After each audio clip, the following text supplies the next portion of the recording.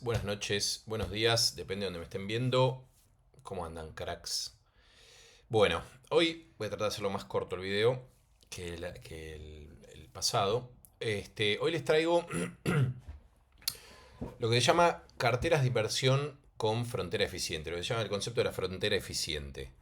Esto es matemático, es de probabilidades, con lo cual no voy a dar mucha explicación, se lo voy a hacer fácil, se lo voy a hacer simple, porque entiendo que el que ve el video quiere un valor agregado, o por lo menos a mí me gusta transmitirlo de esa manera. Entonces, y como vengo haciendo en todos los videos, transmitirlo de una manera simple y que se pueda poner en práctica de una forma bastante certera. ¿Sí? Bueno, les paso a comentar. Acá lo que están viendo es lo siguiente. El tema de la frontera eficiente es cuál es matemáticamente o probabilísticamente la mejor distribución de la inversión entre la liquidez, las acciones y los bonos, entre instrumentos o activos financieros. ¿Sí? A eso se le suma el plazo aproximado de inversión y además la edad del inversor. ¿Sí? Ahora se los voy a mostrar. Y por último, se lo puede ajustar o calibrar un poquitito más en base a la versión del riesgo que tiene o en base al gusto de cada uno, si se quiere. Esto no es fijo y que no es inamovible. Estas son las fronteras eficientes. O sea, esto te marca en dónde está la mayor eficiencia, eh, matemáticamente hablando, y de ahí podés jugar un poquito más, un poquito menos. No va a cambiar muy, a grosso modo, mucho el resultado. Entonces, por ejemplo, les muestro. Acá, en el cuadro este de frontera eficiente que les estoy mostrando acá, para una inversión, supongamos que la persona que mira supongamos que tenés menos de 30 años. Estás entre 0 y 30 años. Bueno, si tuvieses que armar una cartera, si tuvieses que armar una persona que tiene 18, 20, 25 años, a 30 años, porque entiendo que, o por lo menos lo que pregonamos desde el canal es que se armen carteras de inversión a largo plazo, para toda la vida, que la vayan gestionando, porque ya con el empleo de uno no alcanza para tener una vida interesante, o por ahí uno quiere tener tiene más ambiciones y bueno, con el salario que tiene no alcanza. Entonces las inversiones ayudan o el día de mañana a tener una mejor jubilación, si se quiere, ¿no? Entonces supongamos que la persona tiene 20 años y empieza a armar pues esto se va construyendo de a poco, no hace falta tener toda la plata junta, de a poco se va a ir construyendo. Lo ideal es hacerlo mensualmente, lo que se llama, sí, como una inversión mensual, eh, como para ir promediando, ¿sí? Las alzas y las bajas, o sea, disminuyendo la volatilidad de la cartera. Va a haber momentos meses donde compremos en precios altos y meses donde compremos en precios bajos. ¿Sí? Bueno, entonces, una persona que tiene 25 años debería, matemáticamente hablando, y que quiere invertir a 30 años vista, ¿sí? Va a armar una cartera a 30 años vista, debería colocar el 68% de su fondo, del dinero, en acciones, un 22% en bonos y un 10% en liquidez. ¿Sí? Entonces, yo voy a hacer el ejemplo ahora de una persona que tiene entre 40 y 50 años, que espera invertir a 10 años mínimo 10 años vista.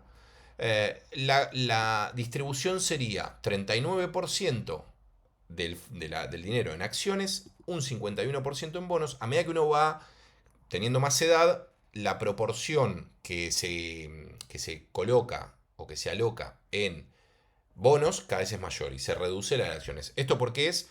Básicamente porque ante una eventual baja del mercado, el tiempo de recuperación es muy largo.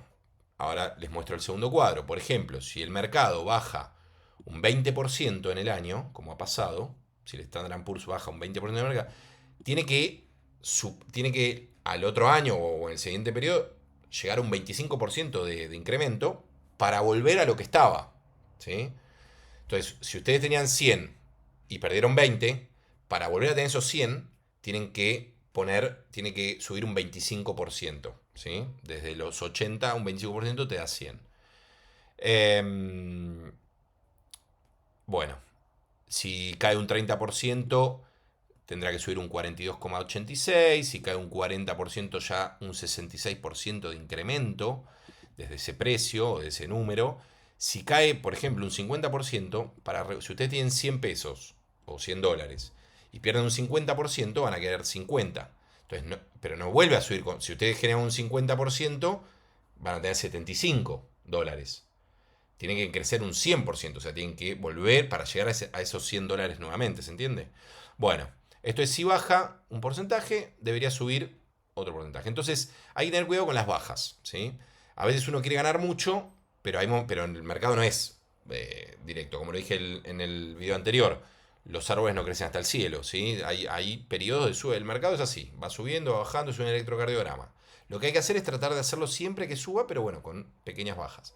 Bueno, entonces, por ejemplo, para una persona que tiene entre 40 y 50 años, que va a invertir a 10 años, la proporción que corresponde es entre 39% en acciones, 51% en bonos, 10% en liquidez. Entonces, ¿cómo la componemos eso? Primero y principal, supongamos que tiene 10.000 dólares, ¿no?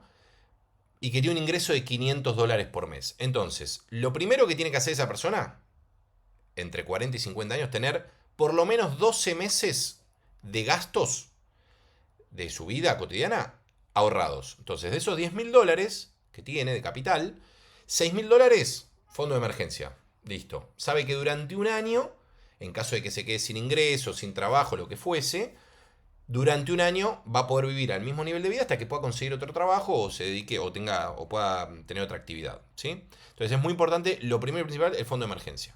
Entonces nos quedarían 4.500 dólares para invertir, que los vamos a distribuir de la manera que dijimos. ¿Sí? Entonces un 10% irá a liquidez. Dentro de liquidez podemos optar por dos cuestiones. Los que sepan del mundo cripto, tenemos los USDT, que es el dólar cripto si se quiere, ¿sí? O USDC, o DAI, el que quieran. Poner un 50% ahí, ¿por qué? Porque ese dinero es fácilmente pasable a pesos y usable. Pueden pagar cosas con USDT. Cambio, y el otro 50% en dólar billete. ¿Sí? Tener una cajita ahí con dólar billete por cualquier eventualidad.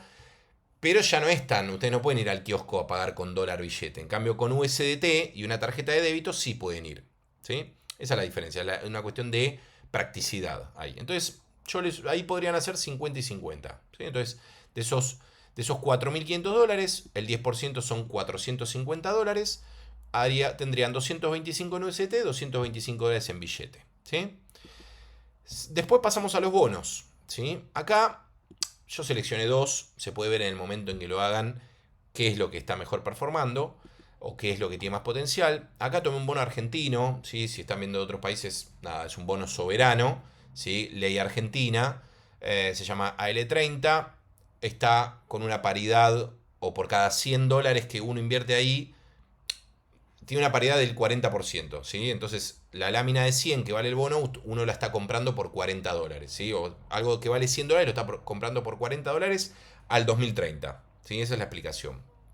Si usted compran ese bono que hoy vale 40, pero nominalmente dice que vale 100, y ustedes lo esperan hasta finish, lo que se llama finish, hasta hasta el vencimiento del bono, pues lo pueden vender antes, no hace falta que cuando suba un poco, o sea, si de 40 dólares pasa a cotizar 60, ustedes le ganaron 20%, lo pueden vender y listo, y pasan a otro bono, digamos, esa es un poco la operación.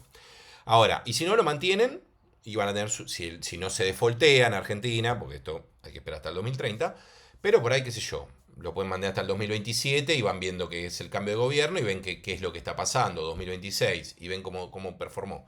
Bueno, nada, yo creo que si el gobierno, ahí depende mucho de la política, los bonos dependen mucho de la política, si los bonos digamos, si la política, si el Estado hace bien las cuentas, no gasta más de lo que le ingresa, empieza a generar reservas para poder cancelar la deuda que tiene, va a andar todo bien. Si no, bueno, habrá que ver las modificaciones que se hacen. Pero bueno. La otra propuesta por ahí que podría funcionar es el ETF TLH o TLH, que son bonos, es un índice que agrupa un ETF, que ya lo expliqué lo que era en el video anterior, replica, digamos, tiene adentro un montón de bonos del Estado de Estados Unidos que van de vencimiento entre 10 a 20 años, ¿sí?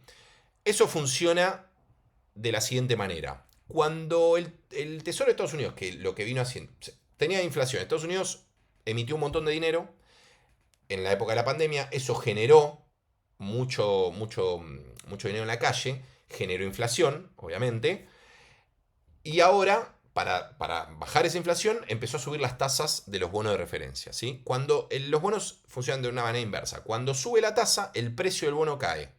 Y cuando baja la tasa, el precio del bono sube. Acá ustedes lo que compran con este ETF es una cartera de bonos. Entonces, ¿qué estuvo haciendo la Reserva Federal de los Estados Unidos en este último tiempo? Estuvo subiendo las tasas de referencia. ¿Para qué? Para bajar la inflación, ¿sí? Para retraer el consumo. Entonces subió las tasas. ¿Qué pasó con este fondo, con este ETF? Bajó de precio. Si valía 100, empezó a cotizar 90, 80, lo que fuera. O sea, nosotros lo compramos a 100, supongamos, a $100, la participación de este fondo, y hoy está, no sé, $95, ¿sí? Pero ¿qué va a suceder? ¿Qué es lo que uno espera que suceda en el futuro? Estados Unidos llegó a un pico de tasas, creo que está al 5,25. Bueno, debería, lo que el mercado está priceando o está pensando en que va a suceder, eso la Reserva Federal va hablando y va explicando, es empezar a bajar esa tasa, ¿sí? Entonces, cuando baja la tasa, el ETFS debería empezar a subir, ¿sí? Esa es un poco la jugada que podemos hacer. Igual en el momento en que lo hagan, analicen esto. Yo les muestro acá, por ejemplo, el TLH cómo performó, que es este que está acá. Este es el gráfico del TLH desde el 2007, ¿sí? Como verán, acá fue todo baja de tasas y el precio del ETF fue subiendo. Fue subiendo, hasta que, o sea, la tasa estaba, no sé, el 2% en Estados Unidos, el 1%, no me acuerdo cuándo, o 0 llegó a estar la tasa de referencia en el 2020. Bajaron a full la tasa. ¿Qué pasó después? Empezó a subir la tasa. Entonces el bono empieza a caer, hasta donde estamos hoy, que estamos al 105. Llegamos a estar, el precio de este ETF llegó a estar a no sé, $150. Bueno, cayó a 105, ¿sí? Se supone que si otra vez vuelve a bajar la tasa, esto debería ir subiendo. Básicamente es eso. Entonces, podemos apostar a eso. Por otro lado, vamos a las acciones, que vamos a hacer un 39%, según lo que nos dice nuestro análisis de frontera eficiente. Entonces serían 1.700. Acá en bonos vamos a destinar de los $4.500, $2.295, distribuido 50 y 50. Se le puede agregar otro bono más y hacer 33% en cada cosa. Esto lo estoy haciendo bien simple para que entiendan el concepto, ¿sí? Entonces, bueno, $1.148 irían acá y $1.148 irían acá. Luego pasamos a lo que es las acciones. Acá yo hice un análisis de 4 activos, que son activos que a mí me gustan como cartera, donde por una cuestión de riesgo-retorno, acá apliqué la teoría de portafolios de Markowitz, ¿sí? Para hacer esta distribución, donde establece el riesgo-retorno, ¿sí? Entonces acá lo que prioricé es un bajo riesgo o un riesgo moderado y un retorno alto. Entonces, ¿qué me daba la ecuación? Me daba que el 70% de ese 39%, o sea, el 39% son $1.755 de estos 4.500. Esos $1.755, $1.225 lo deberíamos colocar, o sea, el 70% en la acción de Berkshire Hathaway. $176, o sea, el 10% en Bitcoin, 10% en Standard Poor's, que lo expliqué en el video anterior, y 10% en Ethereum, ¿sí? Si quieren, si no quieren, buscaremos otras. Esta cartera, ¿sí? Esta distribución así a lo largo de los años, por lo menos desde 2017, performó de esta forma. O sea, las acciones distribuidas de esta manera, performó de esta manera. 115% en el año 2017, menos 14% en el 2018, más 20%, más 78%, más 73%, menos 13%, más 41%, y en lo que va del 2024 estamos en 0. Entonces, ¿qué sucede? Cuando fue menos 14%, ¿sí? En el año 2018, tendríamos que al año siguiente, para recuperar esa caída del menos 14%, tendríamos que haber crecido un 16,28%, según la tabla, como está distribuido. Bueno, se creció un 20%. Se recuperó en un año lo que se había perdido en el año anterior. ¿Sí? Luego se volvió a caer un menos 13, ¿sí? Un 13%, lo cual deberíamos al año siguiente haber llegado casi un 15%, logramos un 41%. O sea, ven como cuando baja poco o baja algo moderado, ¿sí? Menos de 10 sería poco. Esto es moderado entre 10 y 20, pero después cuando sube fuerte para recuperar lo que se perdió, ¿sí? Entonces, esta es un poco la lógica de lo que les vengo a contar hoy. Eh, no quería, digamos, quería explicar un poquito cómo funciona el tema de la frontera eficiente, ¿sí? De cómo distribuir. Y bueno, y acá se puede ver, en el video les va a quedar, le hace un print de pantalla, lo que fuera, y pueden jugar un poco con su edad, con el plazo en el cual quieren invertir y con su aversión al riesgo. Si por ejemplo ustedes tienen de 40 a 50 años o tienen por ahí 45 años y quieren jugar acá en vez del 39% en acciones, son más conservadores y quieren ir a 55% en bonos, la liquidez siempre mantengámosla en 10. La liquidez puede servir para alguna eventualidad, alguna oportunidad o algún cambio de cartera, de rotación, lo que fuera. Algo que sorprenda o algún cisne negro o algo. Tener siempre algo de liquidez es importante. Entonces, o alguna emergencia, algo que se tenga que utilizar y así no desarmar las carteras. Entonces, por ahí acá, si le ponen un 55, acá lo bajan a, no sé, un 35 en acciones. Qué sé yo, podría ser una idea. Es manejable, pero siempre dentro de estos rangos, ¿no?